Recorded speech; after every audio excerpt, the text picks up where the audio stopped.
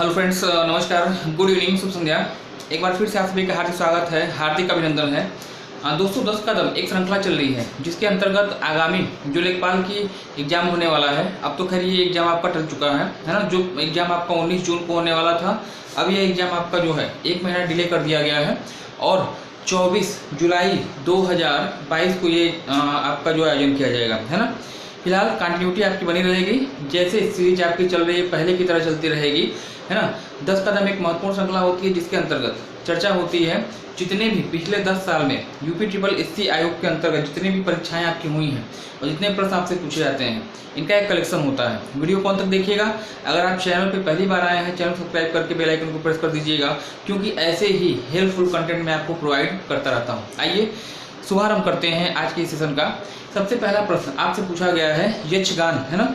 यक्षगान एक लोक नृत्य है। यक्षगान का संबंध किस राज्य से है? दक्षिण भारत का ये यक्षगान है और एक इम्पॉर्टेंट लोक नृत्य होगा। ट्रिपल स्टार वाला ये क्वेश्चन आपका है और इसका संबंध किस राज्य से है? दक्षिण भारत में कर्नाटक, है ना। कर्नाटक। यक्षगान का संबंध किस भारतीय राज्य से है? उत्तर बताइएगा, कर्नाटक। इस तरह से लोक कलाओं के एग्जाम में क्वेश्चन पूछे जाते हैं। मेले से आपसे मेले हो गया, महोत्सव हो गया, जो रीति रिवाज रहे, रहन सहन आपके रहे, यहाँ से प्रश्न आपके पूछे जाते हैं, है ना। आने वाली वीडियो में जितने भी आपके मेले हैं, जितने भी आपके महोत्सव हैं, जितने भी आपकी लोक कलाएं, लोक संस्कृति आपकी है, इससे संबंधित मैं आपको प्रश्न आपको प्रोवाइड करता रहूँगा, है ना। देखिए, ये तो रही बात इसकी। इसके बाद दूसरा प्रश्न जो आपका आता है, पूछा गया है यहाँ पे कि माउंट एवरेस्ट पर चढ़ने वाली विश्व की पहली दिव्यांग महिला कौन है? माउंट एवरेस्ट पर चढ़ने वाली विश्व की पहली दिव्यांग महिला कौन है? एग्जाम में आपसे पूछा गया है। अगर बछेंद्री पाल की बात करिएगा, बछेंद्री पाल प्रथम भारतीय महिला थी जो कि आपकी चढ़ी थी माउंट एवरेस्ट पर। संतोष यादव ऐसी महिला जो कि 2 बार माउंट एवरेस्ट पर फतह प्राप्त की थी। और एक नाम आपको याद रखना होगा यहाँ पे, अरुणिमा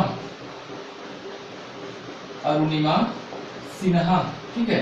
अरुणिमा सिन्हा, इनका संबंध जो है उत्तर प्रदेश के, है ना, उत्तर प्रदेश के प्रतापगढ़ जिले से है। यह जो है पहली दिव्यांग महिला है जो कि एवरेस्ट पर इन्होंने विजय प्राप्त की थी। तो परीक्षा की दृष्टि से इंपॉर्टेंट होगा आप लोग के लिए। और साथ ही साथ चूंकि इनका संबंध पर्टिकुलर यूपी से है, तो इसलिए आगामी भर्ती परीक्षा में इनकी आने की संभावना जो है आपकी बनी रहेगी। अगला प्रश्न आपसे यहाँ से पूछा गया है कि किस तिथि को रसगुल्ला दिवस, है ना, किस तिथि को रसगुल्ला दिवस के रूप में भी मनाया जाता है? रसगुल्ला जो है पश्चिम बंगाल का राष्ट्रीय मिठाई है, राज्य की मिठाई है वेस्ट बंगाल का। और यह कब मनाया जाता है? तो 14, है ना, 14 नवंबर। आपका जो उत्तर आपका होगा 14 नवंबर को यह दिवस आपको मनाया जाता है। 14 नवंबर की अगर बात करिएगा, 14 नवंबर को जो है बाल दिवस भी मनाया जाता है। 14 नवंबर को जो है आपका डायबिटीज यानी मधुमेह दिवस भी मनाया जाता है। और इसी 14 नवंबर को आपका रसगुल्ला दिवस भी मना लिया जाता है ना। दोस्तों ध्यान रखिएगा, यहाँ पर कुछ ऐसे दिवस होते हैं जो कि हमेशा फेमस दिवस तो आप हमेशा याद रखते हैं। पर्यावरण दिवस हो गया, पृथ्वी दिवस हो गया, है ना, डायबिटीज, तो ऐसे दिवस आप हमेशा आपको याद रखना होता है। लेकिन कुछ ऐसे भी दिवस होते हैं जो कि अननोन होते हैं, इनको भी आपको ध्यान देना है, क्योंकि यहाँ से प्रश्न आपके पूछे जाते हैं और आप लोग जो है गलत करते हैं, है ना। नेक्स्ट अगला प्रश्न जो आपसे पूछा गया है यहाँ पे, भारतीय खाद्य निगम की स्थापना किस तिथि को हुई थी? किस वर्ष जो है भारतीय खाद्य निगम की स्थापना हुई थी? इंपॉर्टेंट क्वेश्चन आप लोग के लिए होगा। भारतीय खाद्य निगम की स्थापना जो आपकी हुई है वर्ष 1965, 14 जनवरी, खिचड़ी का समय था, खिचड़ी का दिन था। और 1965 जो है आपका राइट डेट होगा। 14 जनवरी सन 1965 को जो है भारतीय खाद्य निगम की स्थापना हुई थी, इंडियन फूड कॉर्पोरेशन की स्थापना हुई थी। 1965 में किन 2 देशों के बीच में लड़ाई लड़ी गई थी, युद्ध लड़ा गया था? कमेंट सेक्शन में आप मुझे कमेंट करके बताएंगे। नेक्स्ट अगला प्रश्न जो आपसे यहाँ पे पूछा गया है कि मिड डे मील या मध्याह्न योजना जो आपकी है ना, इसका शुभारंभ किस वर्ष हुआ था? ऐसे क्वेश्चन भी आपसे जो कि विभिन्न उत्तर प्रदेश के विकास में जितने भी महत्वपूर्ण जो योजनाएं रही हैं, है ना, वो भी वहाँ से भी प्रश्न आपका बनता है। मिड डे मील एक महत्वाकांक्षी योजना है जिसका उद्देश्य प्राइमरी विद्यालयों में लड़कों को लाना है ना, विद्यार्थियों को लाना है, कलेक्ट करना है। तो मिड डे मील मध्याह्न भोजन योजना जो आपकी स्टार्टिंग कब हुई है? तो 1998 से जो है पूरे भारतवर्ष में जिसको समग्र रूप से लागू कर दिया गया था, है ना। चलिए नेक्स्ट अगला प्रश्न जो आपसे पूछा गया है यहाँ पे, परमाणु परीक्षण के लिए फेमस पोखरण, है ना, परमाणु परीक्षण के लिए फेमस पोखरण नामक स्थान किस राज्य में है? ट्रिपल स्टार का क्वेश्चन होगा, बहुत ही इंपॉर्टेंट क्वेश्चन है, हमेशा वनडे एग्जाम में यहाँ से क्वेश्चन बनता है। पोखरण की लोकेशन आपसे पूछी गई, ये तो आपको बता दिया गया है कि पोखरण किस लिए फेमस है। पोखरण प्रसिद्ध है परमाणु परीक्षणों के लिए। यह किस राज्य में पड़ता है? राज्य आपसे पूछा गया है, उत्तर आप बताइएगा। परमाणु परीक्षण राजस्थान है ना, राजस्थान में इसकी लोकेशन है, ठीक है, राजस्थान में इसकी लोकेशन है। और परमाणु परीक्षण फेमस है। अगर पूछा जाए किस जिले में इसकी लोकेशन है तो जैसलमेर बता दीजिएगा। राजस्थान के जैसलमेर में जो है पोखरण की लोकेशन है परमाणु परीक्षणों के लिए, यह क्षेत्र आपका जाना जाता है। आप मुझे कमेंट सेक्शन में बताइएगा कि आज अब तक के इतिहास में, है ना, जब से भारत स्वतंत्र हुआ है से लेकर अब तक भारत ने कितने बार परमाणु परीक्षण किया है और यह परीक्षण किस किस वर्ष हुए थे? कमेंट सेक्शन में आप कमेंट करके मुझे बताएंगे, है ना। चलिए नेक्स्ट अगला प्रश्न आपसे पूछा गया है, फरमाइशी गीतों के लिए प्रसिद्ध झुमरी तलेजा जो है किस राज्य में है? झुमरी तलेजा की लोकेशन पूछी गई है। एक मोस्ट इंपॉर्टेंट फैक्ट होगा, मोस्ट इंपॉर्टेंट क्वेश्चन होगा, झुमरी तलैया विविध भारती पर प्रोग्राम आता है फरमाइशी गीतों का, और हमेशा यहाँ से जो है पर्टिकुलर प्रश्न आपके बनते हैं। झुमरी तलैया की लोकेशन कहाँ पर है? आप कहेंगे उत्तराखंड, नहीं, उत्तराखंड में नहीं है, बल्कि यह आपका पड़ता कहाँ पे है? झारखंड, है ना, झारखंड। जनरली एक थिंकिंग होती है, एक सोच होती है कि जितने ताल तलैया हैं, जितने ऐसी चीजें जिनके हाथ में ताल है या तलैया है, सब कहाँ पे हैं? उत्तराखंड में है। तो एक थिंकिंग ऑप्शन में आपको उत्तराखंड में दिया जाएगा, ऑप्शन में आपको जो झारखंड में दिया जाएगा, पहला ही ऑप्शन उत्तराखंड रहेगा, है ना। कहेगा फरमाइशी गीतों के लिए फेमस जो आपका है झुमरी तलैया किस राज्य में स्थित है? उत्तराखंड मत लगाइएगा, यहाँ बार बार मैं वार्न कर रहा हूँ, है ना। उत्तर आपका क्या यहाँ पे हो जाएगा? झारखंड हो जाएगा। नेक्स्ट अगला प्रश्न जो आपसे पूछा गया है यहाँ पे, सिंधुकालीन सभ्यता के किस स्थान से डाक यार्ड, किस स्थान से डाक यार्ड यानी बंदरगाह के साक्ष्य मिलते हैं? कमेंट सेक्शन में आप कमेंट करके मुझे बताएंगे। लोथल याद रखिएगा, है ना, लोथल गुजरात का एक शहर, गुजरात का एक बंदरगाह नगर, जहां से आपका डाक यार्ड यानी बंदरगाह के साक्ष्य मिलते हैं। और लोथल किस नदी के किनारे पर है? भोगवा नदी बता दीजिएगा, है ना।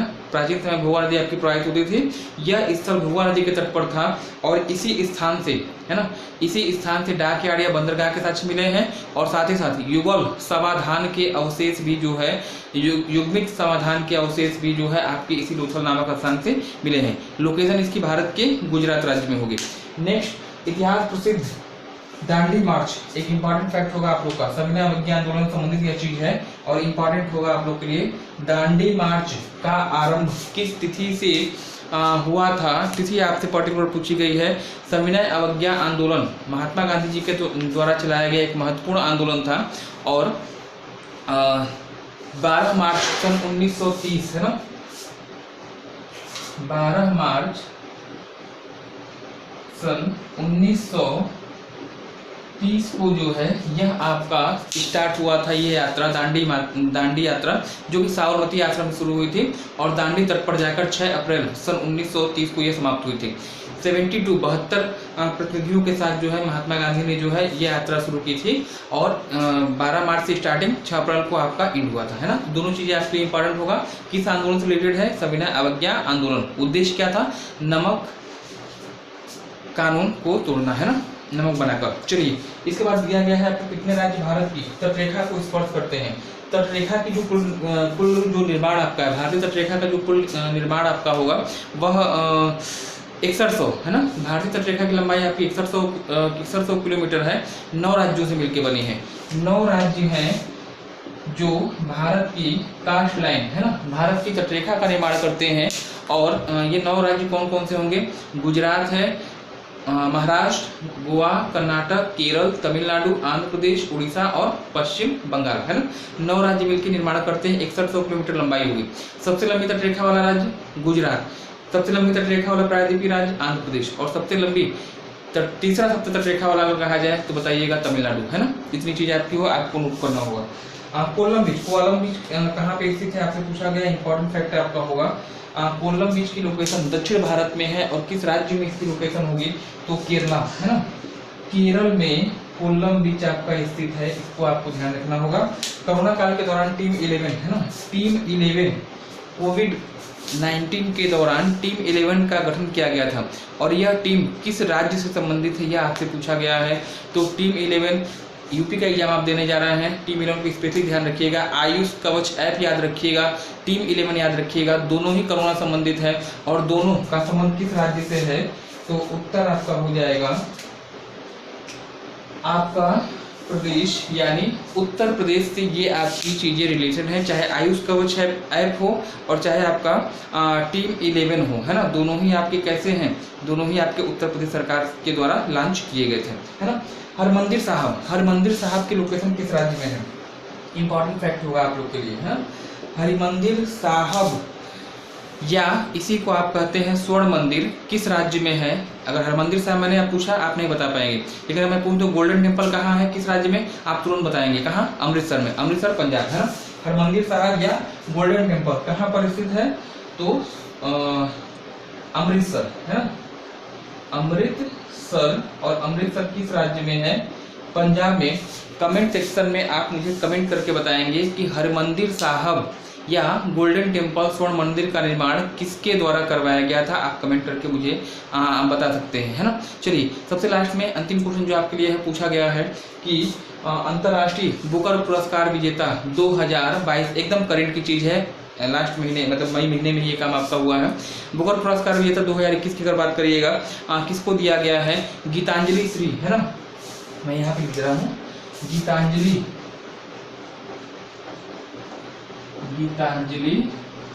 श्री, ये जो है भारत से बिलोंग करती हैं गीतांजलि श्री, और इनकी पुस्तक का नाम याद रखिएगा टॉम ऑफ सेंट, है ना, टॉम ऑफ सेंट या रेत समाधि इनकी कृति है, टॉम ऑफ सेंट इनकी कृति है।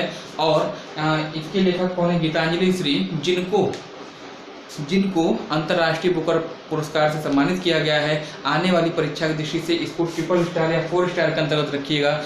100% श्योर है कि इनका नाम कहीं ना कहीं एग्जाम में 100% आपको मिलेगा, किसी भी वनडे एग्जाम में देख लीजिएगा। अगले 6-7 महीने में जो भी एग्जाम आपके होने जा रहे हैं आपके लिए इंपॉर्टेंट होंगी, है ना। रेत समाधि या टॉम ऑफ सेंट याद रखिएगा कृति का नाम, और गीतांजलि श्री पुरस्कार विजेता, है ना। तो आज के लिए इतना ही, मिलते हैं अगली क्लास में। धन्यवाद, have a nice day, thanks for joining me, okay.